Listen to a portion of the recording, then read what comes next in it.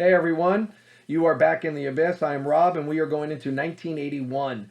I'm going to do it a little different today. I'm going to start with the music first, and then go into the movies because I have 12. That's right, 12 films to go over with you guys. So it's going to be a lot of fun. On the music side, we're going to start with Iron Maiden Killers and seeing the next step of the evolution of Eddie.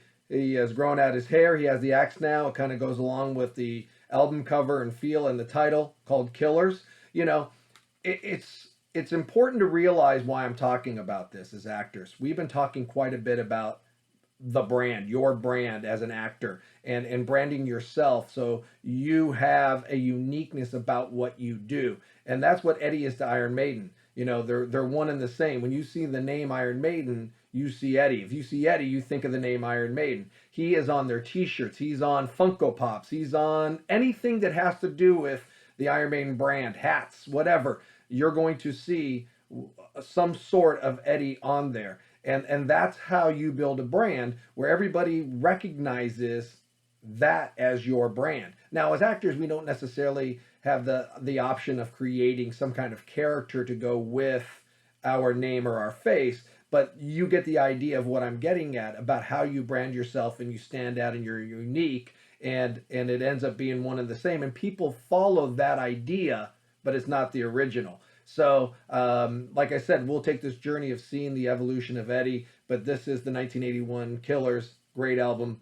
You get Adrian Smith now joining the band on guitar, and it creates more of the true Iron Maiden sound as they start evolving in the early 80s here.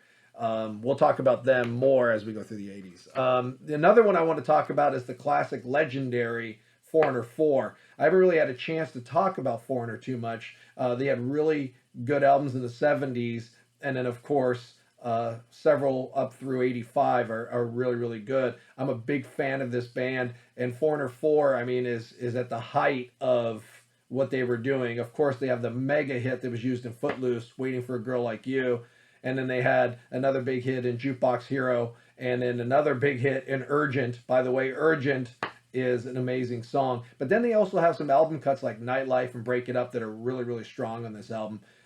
It was important for me to show this one and bring up Foreigner in 1981. But very similar to 1979, we talked about the Clash London Calling. 1981's number one is a no-brainer. The best album of the year, one of the greatest albums of all time, and will be on lists, on top 10s, on top 5s, on top 20s, depending on who's doing the list. And that is Rush's Moving Pictures. It's an incredible album, incredible journey.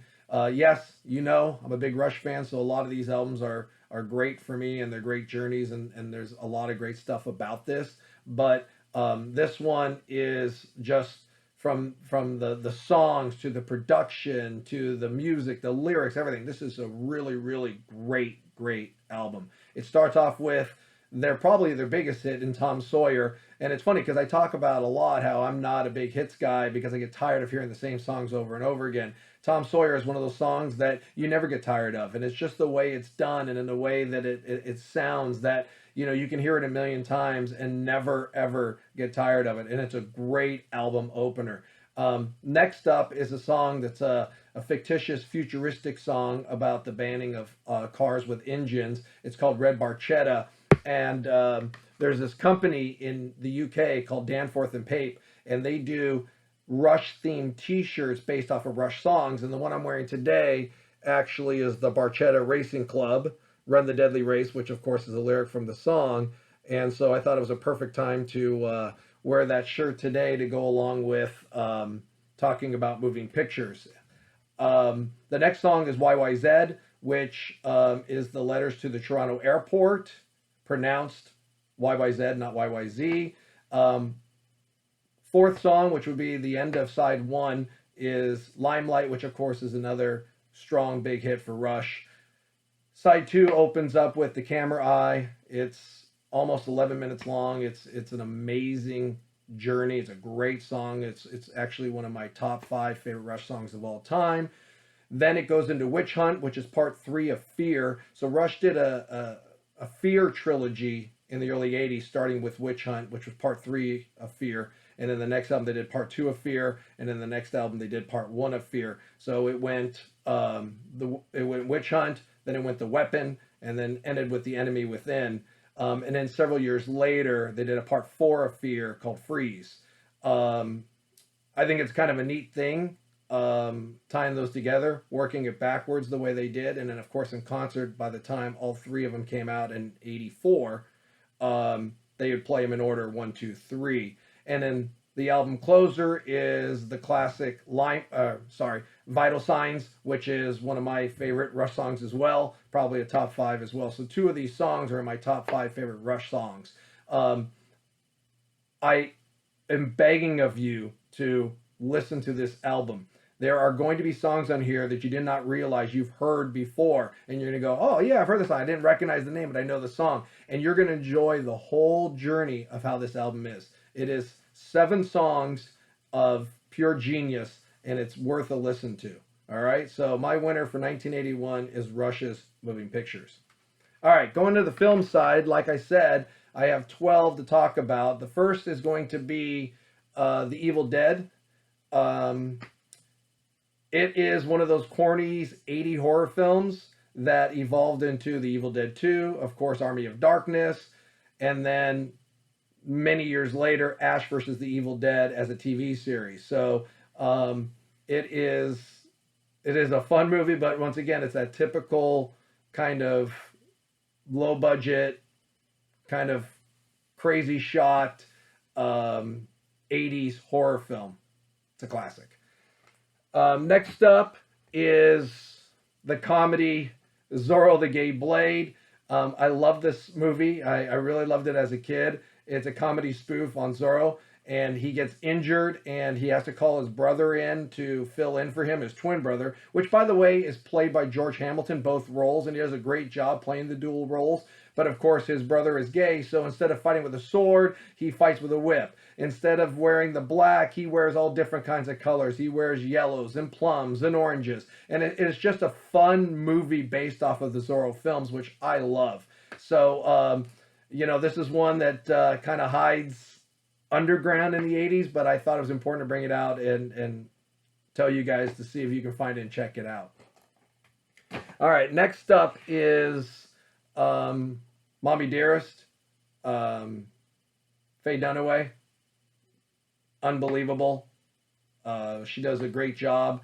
It's based off the book of Joan Crawford's daughter. And, some say that it's accurate and some people say it's not. But just from the acting standpoint, you need to check it out. It's a very strong and powerful film. The next 2 I'm going to talk about are 2 Stallone films that he did in 81. So, here he is rolling off of Rocky 2, and he's got his celebrity going. And the first one I want to show you is a movie called Victory. Sylvester Stallone, Michael Caine, Pele, the soccer player. They are prisoners of war during World War II, and they put together an allied team to play against the Nazis. It's a good, fun World War II movie, but then has some sports to it as well. After that, the next Stallone I'm going to point out is Nighthawks. He is a cop teamed up with Billy D. Williams, which, of course, Billy D. Williams is now Lando Calrissian. So what's cool about this is Stallone's at the height of Rocky right now. Billy D. Williams is at the height of, Star Wars, and they're able to team up and do this cop movie, and you forget about Lando, you forget about Rocky, and what you watch is these 2 cops dealing with this villain who is played by Rutger Hauer, who is a amazing actor, and it's a fun police detective cop movie from the 80s. All right. Next up, The Road Warrior. I spoke about this the other day when we were talking about Mad Max. I told you I like this one better. I do. This is the sequel to Mad Max. It is an awesome film. Mel Gibson is really coming into his own now, and the movie is really well done. And he is the star of the film. There's no other stars. Everybody else is just working around him, and they're all fantastic. But he is off the charts in this one. It's a great film. All right, moving right along. I'm going to talk about Thief with James Caan. I have a great interview with James Caan where he speaks about making some bad decisions in choosing films, turning down Cuckoo's Nest, turning down Kramer versus Kramer, but then choosing other movies that weren't as popular. And Thief is one of those movies. I think it's a really, really strong film. This is a Criterion. It's visually a great movie to watch, and it's a good story. It's quietly one of those movies that is not that popular, that is pretty darn strong. And if you haven't seen it or haven't heard of it, you need to check it out.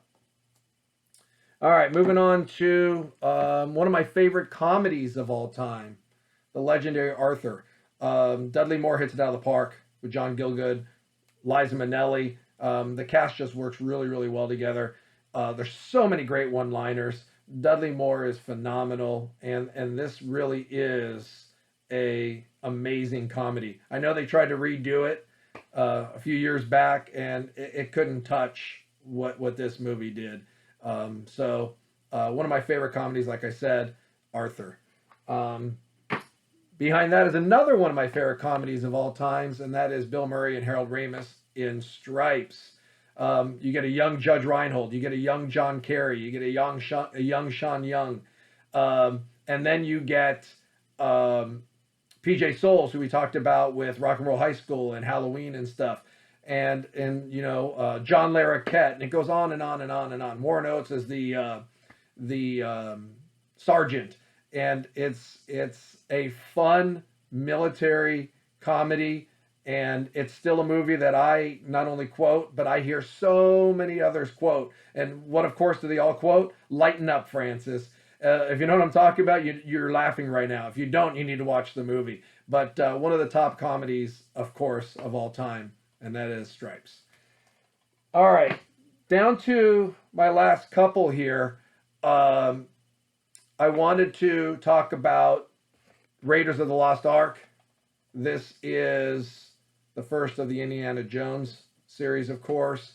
And this kind of falls along with what I was talking about with Billy D. Williams and Sylvester Stallone. Here is Harrison Ford, who is hot with Star Wars and Han Solo right now, going into a new series and as Indiana Jones. And what's amazing, and this is a great example of great acting, Harrison Ford, Stallone, Billy D. Williams, all these actors we're talking about are so good at what they do. They make you forget that you're watching these other characters that they play. You're watching the character they're playing when you're watching them. That's how believable they are. So when you're watching an Indiana Jones, you're not really thinking about Star Wars and Han Solo. You're watching Indiana Jones and Raiders of the Lost Ark.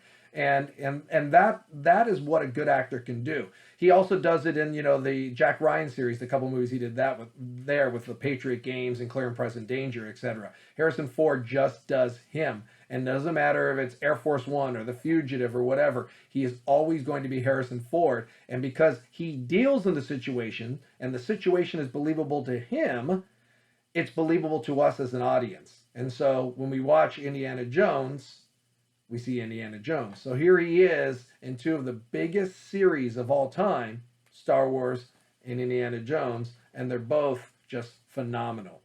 Okay, my last two, and it came down to today, basically, which always happens, it seems like lately, my top two favorites of 1981. The runner-up is going to end up being Taps, starring Timothy Hutton, Sean Penn, Tom Cruise, George C. Scott. I think my draw to this film is several things. When I was a kid, I saw it, and I had gone to military school, so seeing a movie about a military school was appealing to me.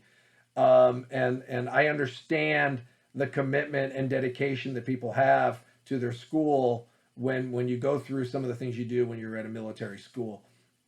Timothy Hutton, of course, was just coming off of Ordinary People, which put him into stardom, so he is the lead actor in this. And then George C. Scott, of course, of Patton, is the other lead in this. And then you have a young Sean Penn and Tom Cruise. really starting to establish their career in this movie. But it is not only my second favorite in '81, but it is one of the best movies in my catalog that I enjoy and I love to watch. That'll be Taps. And that leaves my number one for 1981. So we finally worked our way all the way through these movies. And that is Brian De Palma's Blowout, which means back-to-back years for John Travolta in my top film. Not intentional, but this movie is super cool. And you notice, it's another Criterion, which I absolutely love. This movie is based about the film business. He is a sound guy, and he's a sound guy that back in the 80s, he would go out and record the stuff and get the sounds of the bugs and the wind and the trees and all that kind of stuff, and he would use it for sound effects in films. And while he's out recording one night, he records a car accident, which sounds like a tire blowing out, thus the title. And we're off on the journey. I don't want to give away too much because I want you to be able to watch it. It co-stars Nancy Allen, which we talked about yesterday with Dress to Kill. She was also in Carrie. De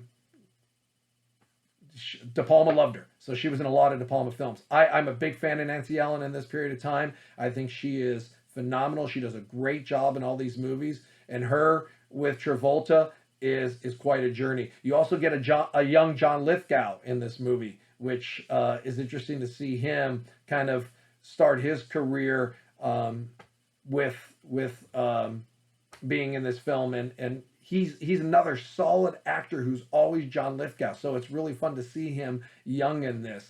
But it really does center around John Travolta and Nancy Allen, and that's my number one for 1981. That is Brian De Palma's Blowout. And then once again on the music side, the classic, the legendary, one of the greatest of all time, Rush's Moving Pictures. So, as always, go in the comment section, leave your list, leave any comments, any questions you might have, and then we will see you tomorrow at 1982.